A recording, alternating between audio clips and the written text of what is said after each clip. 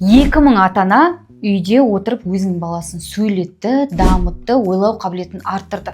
Неге? Себебі мына жерде қарасаңыздар, ата-аналар үйге берген тапсырманы бірден орындап, қағаздарды шығарып алып, берілген массаждарды шығарып алып, барлығын үйден орындаған. Қарапайым ұсақ моторика, жалпы моторикаға арналған тапсырмалар. Түсінік қалыптастырудың кезеңдері тек сізден керек нәрсе. Осы ата-аналар 2000-нан астам ата-ана секілді тек қана бірге-бір тапсырмаларды үйден шығарып алып, 15 минут қана уақыт бөліп жасау. Ал бұның ішінде қарапайым ойын болып көрінгенмен логопедтердің секретный техникалары біріктірілген.